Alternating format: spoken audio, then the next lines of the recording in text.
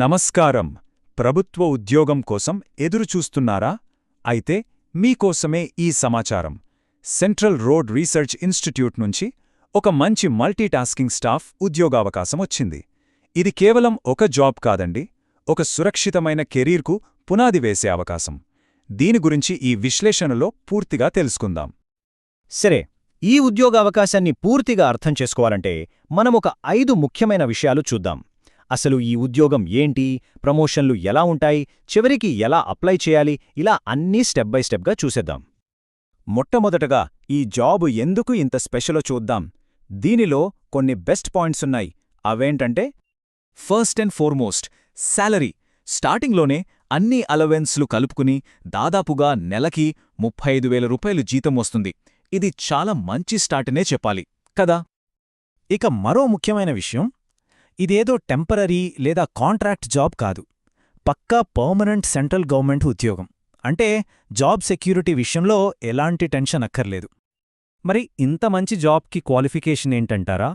కేవలం 10th class pass అయితే చాలు. అవును, విన్నది నిజమే. జస్ట్ 10th పాస్ అయితే అప్లై చేసుకోవచ్చు. సరే, జీతం బాగుంది, పర్మనెంట్ జాబ్, క్వాలిఫికేషన్ కూడా సింపుల్. కానీ అసలు ఈ మల్టీటాస్కింగ్ స్టాఫ్ అంటే ఏంటి? చాలామందికి దీనిమీద కొన్ని అపోహలుంటాయి. నిజానికి ఈ రోజుల్లో ఎంటీఎస్ జాబ్ ప్రొఫైల్ ఎలా మారిపోయిందో చూద్దాం. అవును, మల్టీటాస్కింగ్ స్టాఫ్ అంటే ఏం పనులు చెయ్యాలి? చాలామందికి ఉండే డౌట్ ఇదే. చూడండి, ఒకప్పుడు ఎంటీఎస్ అంటే క్లీనింగ్, స్వీపింగ్ లాంటి పనులని అనుకునేవాళ్లు. కానీ అది పాతమాట. ఇప్పుడు రియాలిటీ పూర్తిగా వేరు. ప్రస్తుతం ఎంటీఎస్ అంటే ఆఫీస్ వర్క్, క్లెరికల్ పనులు, సిస్టమ్ మీద వర్క్, రికార్డులు మెయింటైన్ చేయడం, ఇవన్నీ ఉంటాయి. అంటే క్లియర్గా చెప్పాలంటే ఈ మోడల్ ఎంటీఎస్ డ్యూటీస్లో ఆఫీస్ పనులే ఎక్కువ. రికార్డ్స్ మెయింటైన్ చేయడం, ఫోటో కాపీలు తీయడం, ఫ్యాక్స్లు పంపడం, ఇంకా సిస్టమ్ మీద చేసే పనులు, ఇలా ఆఫీస్ సజావుగా నడవడానికి వీళ్ళ పాత్ర చాలా ముఖ్యం. ఇది కేవలం ఒక ఎంట్రీ లెవెల్ జాబ్ మాత్రమే కాదు. ఇక్కడి నుంచి కెరియర్లో ఎదగడానికి మంచి అవకాశాలు కూడా ఉన్నాయి. అవేంటో చూద్దాం. చూడండి, జాబ్లో జాయిన్ అయిన కేవలం 3 ఏళ్ల సర్వీస్ తర్వాత ప్రమోషన్కి అర్హులవుతారు. ఇది కెరీర్ గ్రోత్కి చాలా గ్రేట్ ఆపర్చునిటీ. ఈ కెరీర్ గ్రోత్ ఎలా ఉంటుందంటే, ఫస్ట్ ఎంటీఎస్గా జాయిన్ అవుతారు. 3 ఏళ్ల తర్వాత లోయర్ డివిజన్ క్లర్క్ అంటే ఎల్డీసీగా ప్రమోషన్ వస్తుంది. అక్కడ్నుంచి జూనియర్ అసిస్టెంట్ అలా ఎదుగుతూ ఆఫీసర్ లెవెల్కి వెళ్లే అవకాశం కూడా ఉంది. సో లాంగ్ టర్మ్ కెరీర్కి ఇదొక పర్ఫెక్ట్ ప్లాట్ఫామ్. సరే, జాబ్ ప్రొఫైల్, ప్రమోషన్లు అన్నీ బాగున్నాయి.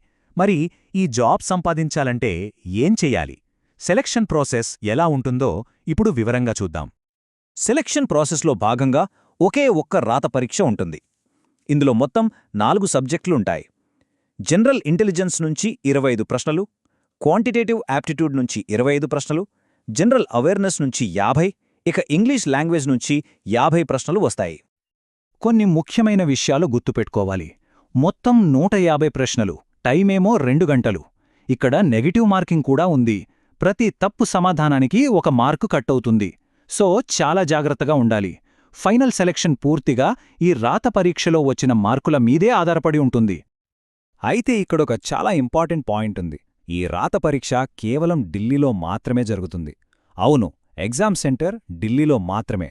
కాబట్టి ఈ ఉద్యోగం మీద సీరియస్గా ఉన్నవాళ్లు ఢిల్లీ వెళ్లి పరీక్ష రాయగలము అనుకునేవాళ్లు మాత్రమే అప్లై చేస్తే మంచిది.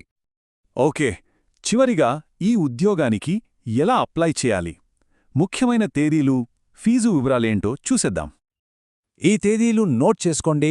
అప్లికేషన్లు ఫిబ్రవరి 2, 2026న మొదలవుతాయి. చివరి తేదీ ఫిబ్రవరి 23. ఇక పరీక్షలు మే లేదా జూన్ 2026లో ఉండే అవకాశం ఉంది.